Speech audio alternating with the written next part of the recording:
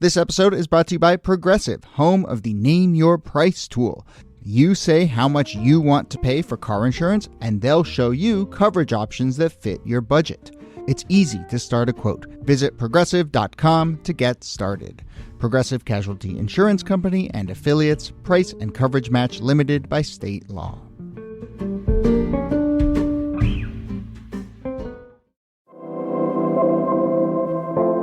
Hello and welcome to This Day in Esoteric Political History from Radiotopia. My name is Jody Reagan.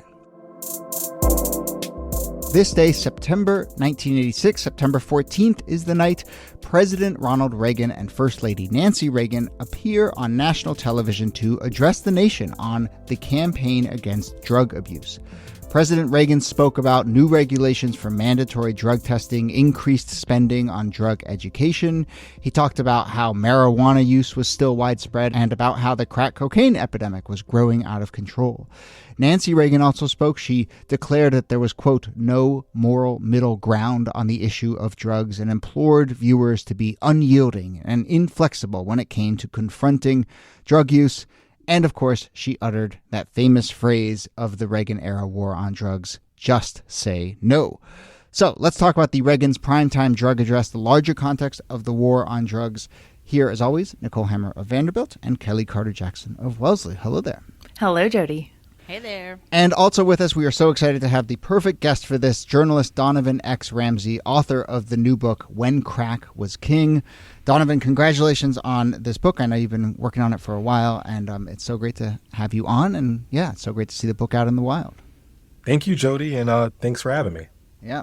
And I should add, the subtitle to the book is A People's History of a Misunderstood Era. And I think it's really important to point out that what this book does really well is kind of humanize and paint a picture of the real people who were caught up in the crack cocaine epidemic and the war on drugs. And the book, I guess, is really about all the things that Ronald and Nancy Reagan weren't talking about on TV that night. But we will get into that because that's really the thrust of your work. But first, why are they going on TV? And I guess also, why is Nancy there alongside Ronald in this primetime address? So those are great questions. If you could just sort of transport yourself back to this time, it is a Sunday night. You're watching Murder, She Wrote, or you're watching Family Ties, or you're watching 60 Minutes. And in the middle of this, you get this breaking news address from the President of the United States. And it's a special address because he's sitting there with his wife, Nancy. And they're there to tell you about something super, super important. Because it is 1986 and it's the fall, a few months before this huge calamity happened in news, which is that Len Bias, who was a top draft pick for the NBA, the night of being drafted to the Boston Celtics, dies of a cocaine overdose. And this happens in June of 86. And that gets investigated. And then suddenly there's this address from the Reagans telling you that we're now going to declare a new war on drugs. Nancy's there because in many ways she is Ronald's, I want to say partner in crime. But maybe not the best choice of words. Or maybe. But, they are a team. And that they, have been co-stars. And a part of the Reagan administration is them really acting as co-stars when it comes to the messaging around a number of issues. But really around this issues of drugs, Nancy is leading the charge and Ronald is bringing up the rear. And they introduce a number of ideas to the American public. First, they let people know what crack is and to be afraid of it. But then they also outline what their plan is, which is to spend over $1 billion to very aggressively combat this scourge that, Ronald Reagan calls an uncontrolled fire, something that is super addictive and could even possibly kill you. I also think it's really interesting that Nancy Reagan is part of this because it kind of fits in this suite of issues that first ladies are involved with, right? This idea, or at least the way that it's framed. Obviously, there's this strong carceral approach to what would become the war on drugs, but so much of like the Just Say No campaign is about moral suasion and convincing people about their individual actions that they should be doing. There's a real focus on the idea of pushing drugs on children, and that is kind of like a nexus where first ladies are often operating. So I think that her presence, in addition to just reinforcing that she and Ronald Reagan were a team, it sort of shapes the way that some people receive the message of Just Say No to drugs. It's like maternal. I mean, I think about like MAD or, Mothers Against Drunk Driving. Like there's this maternal way of thinking about Nancy Reagan as the mother who's telling you not to do bad things. That's absolutely right. And Nancy Reagan, in the speech actually talks about herself as a mother, and that they are there in the residential part of the White House, not in the Oval Office, because they're coming to the American public as concerned parents. And, she says something very interesting in the speech. She says that the job of those of us that will be combating drugs is, quote, never easy because drug criminals are ingenious.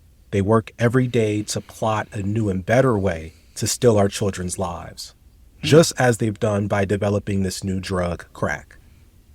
And, that is such it's a very powerful sort of rhetorical framing, right? And thinking about the war on drugs that focus on children, this, crack being ingenious and very intentional to kind of ensnare children. And it was ultimately effective. Well, when I was growing up in the 80s, because of all of this messaging, Just Say No, and this is your brain on drugs, and all of the messaging about like drug pushing, I thought that part of growing up was just being offered drugs all the time, and that they would sneak in too, right? That idea that like tabs that you think are like candy are actually like LSD. Now, this did not actually describe my experience growing up, but I was convinced that this was what it was like. Like you would just constantly be offered free drugs, which in my adulthood I have also not found to be the case, and I'm a little more salty about it now. I know. Never not once. Right? Never not once. Has someone been like, want some crack? Because drugs are really expensive and drug dealers are in it for the money. No one's giving it up for free. But Donovan, I've thought a lot about, in part because I worked on a series where we did an episode about Len bias and the fallout from that, and how both the left and the right sort of were tripping over themselves to crack down, so to speak, on drugs, and this led to that big omnibus drug bill that had the minimum sentencing and so forth. But I've thought a lot about the rhetoric around this and the phrase "just say no," which the more I think about just feels so unhelpful and unempathetic. But what you're describing is this sort of maternalistic and actually kind of nuanced and sort of real understanding that like, oh, there's actually kind of more going on here. But the just say no is just like, no, it is entirely on you, and it's a moral failing on your part if you don't find it in yourself to just say no. And all the PSAs, there's one with Clint Eastwood that's like insane, where he's basically like, if someone offered me drugs, you know what I'd do? I'd tell them to scram. It's like, oh, it's that easy. And so like, just like paint the contours of kind of the moral dimension here, because I find Just Say No to be so much about really simplistic personal onus. Yeah. No, I should be clear that I do not think that this was actually maternalistic. Right. I think that, what the Reagans were doing was actually pretty insidious, which is they were applying a very soft face to what would become super harsh policies. And, that a choice was made on the policy level early on that they would not focus on, what's called interdiction, which is actually stopping or stemming the flow of drugs into the country, and that they would instead focus on drug users. And that's how we got the system that we have now around substance abuse, that does criminalize substance abuse, in that, treats users as, the villains in this dynamic. So, the Just Say No campaign, on one hand, it's just say no, but then the other side of it is, and if you don't, right, we will lock you up for extreme amounts of time, and we will villainize you as crackheads and super predators and crack babies. And once the labels are on you, then anything is possible.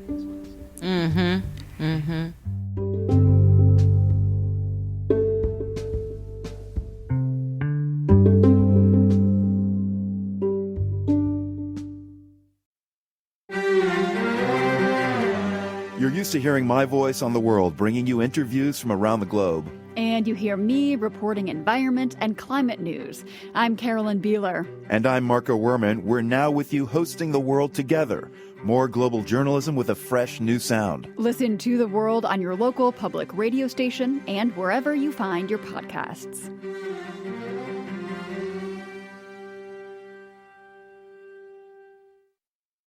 The introduction point is so important because there's also just like this even more cynical part of it, which is that interdiction would have interfered with the foreign policy of the Reagan administration in Central America. And so rather than sort of tying their hands there, they focus instead on these, as you said, just incredibly harsh sentences and a draconian approach to drug use, and also like not focusing on treatment or thinking about addiction. No. There was no conversation about treatment. There was no conversation about, sort of like empathy or a mental health crisis. It was every, I think, act associated with drugs was heavily demonized. And you did see people being locked up for 30, 40 years. And you also didn't see the equity in terms of like crack versus cocaine. Sure. So like the punishment that was associated with crack as opposed to cocaine was like 100 to 1. So the racial disparities that played out in between that too was also very intentional.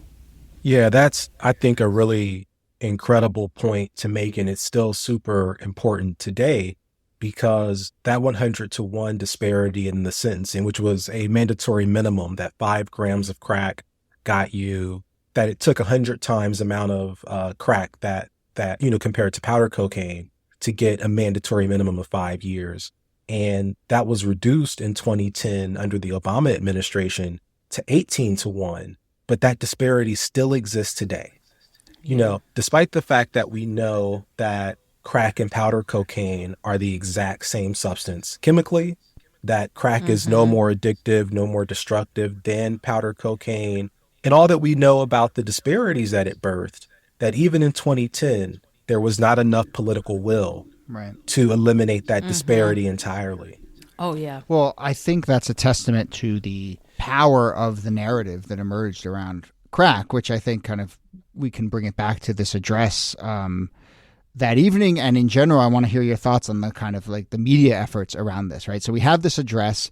I'm curious, if you know, or what your sense is of how much it really does rely on the fact that like we are living at this moment with a president who's a former actor. But then also Nancy Reagan starts to do the media tour, right? And she really takes advantage of those skills and that media ecosystem to tell this story. Yeah, the Reagans were, masters of media, that they were actors, that Ronald Reagan had, headed up unions in Hollywood. They had so many connections in the entertainment industry, but also in marketing. So with everything that we see with the Just Say No campaign, it wasn't just a slogan. Nancy Reagan visited cities all around the country and started Just Say No clubs. She appeared all across television on shows like Different Strokes. It is the birth of what's called the very special episode, where, your favorite sitcom has one episode where they're taking on a major issue, usually drugs. For, those of us that love Saved by the Bell. I was just I'm so excited. I'm so scared. Exactly. And what I found out in reporting my book is that this was a coordinated campaign where the network executives were literally sending scripts into the Reagan administration and asking for points where they could include messaging around drugs, that it was this loop of back and forth of ultimately, in many ways, propaganda, that some of the messaging around the effect of drugs, what drugs did to people, who drug dealers were, wasn't exactly accurate. You know, there weren't drug scientists that were involved in this process.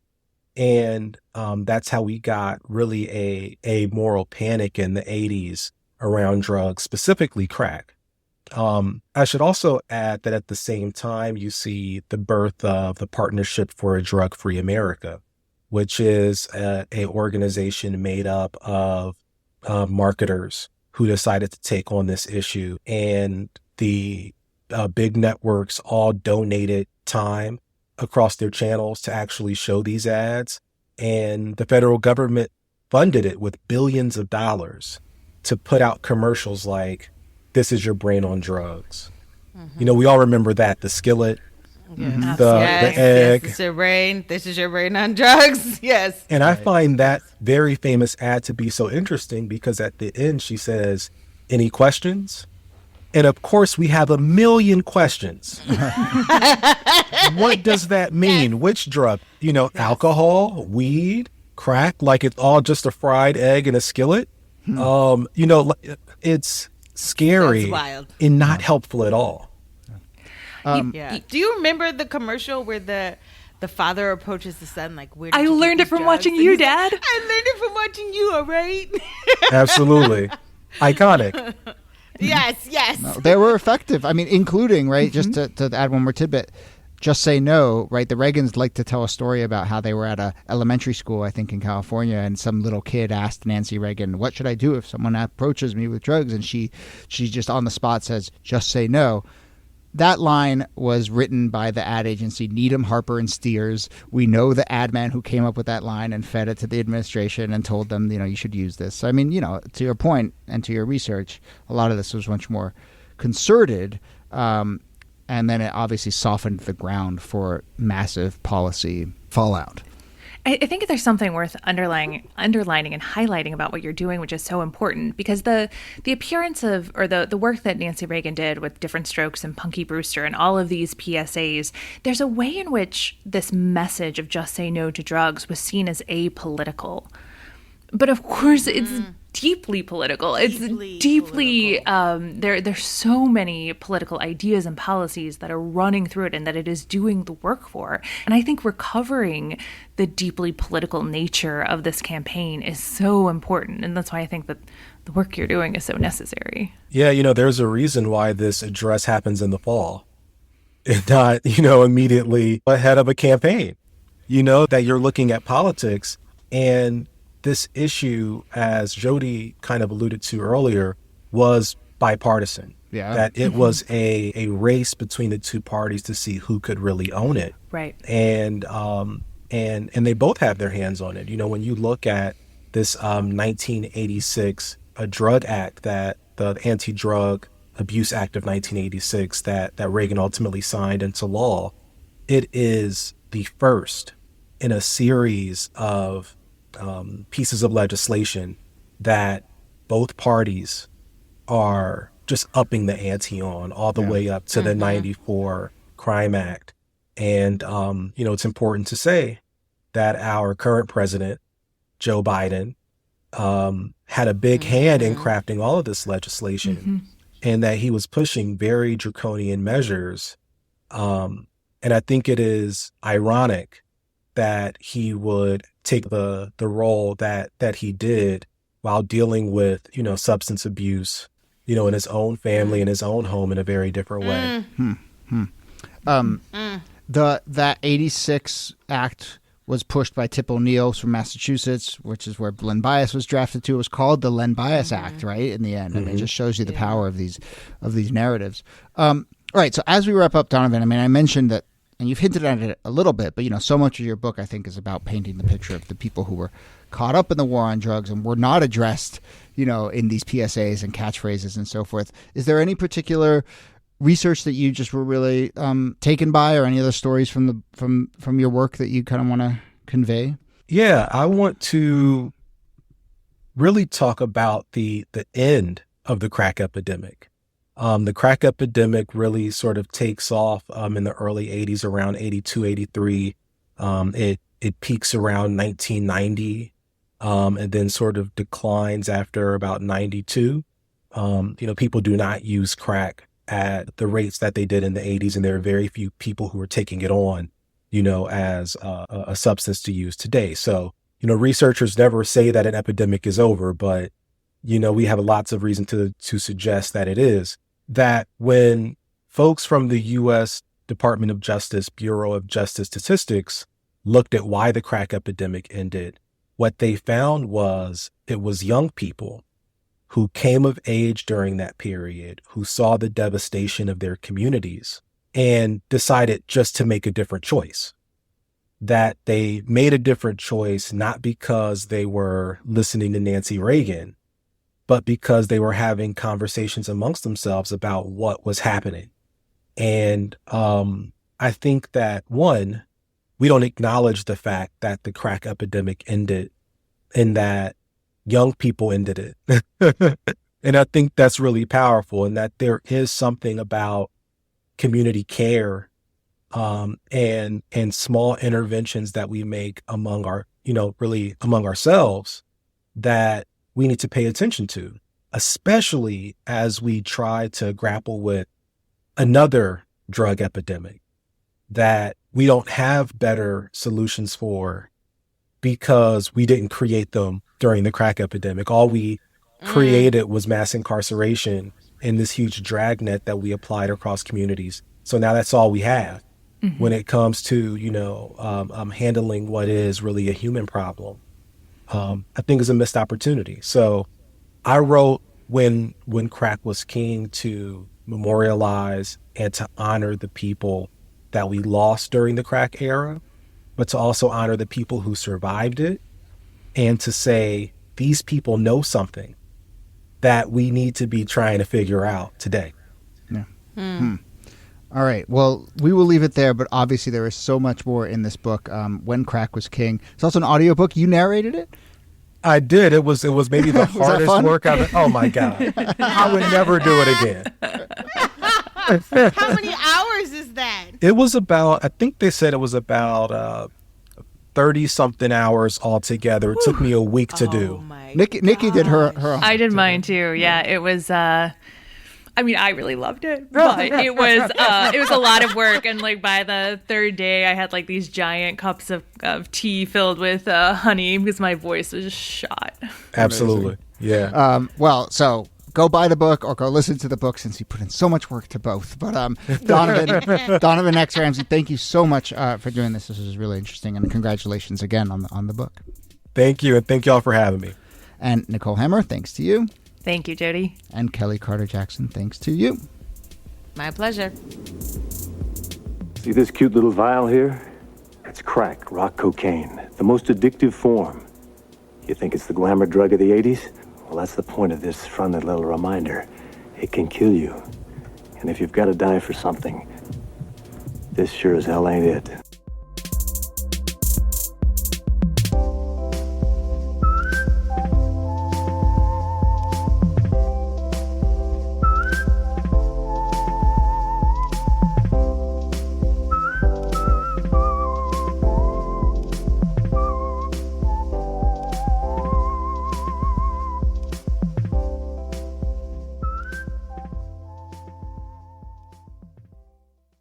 Support for This Day in Esoteric Political History comes from Odoo. What is Odoo? Well, Odoo is an all-in-one management software with apps for every business need. Odoo has apps for CRM, accounting, sales, HR, inventory, manufacturing, and everything in between.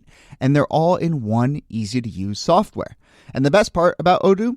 All Odoo apps are integrated, helping you get things done faster and more efficiently. So, when you think about business, think Odoo. To learn more, visit odoo.com/thisday. That's odoo.com/thisday.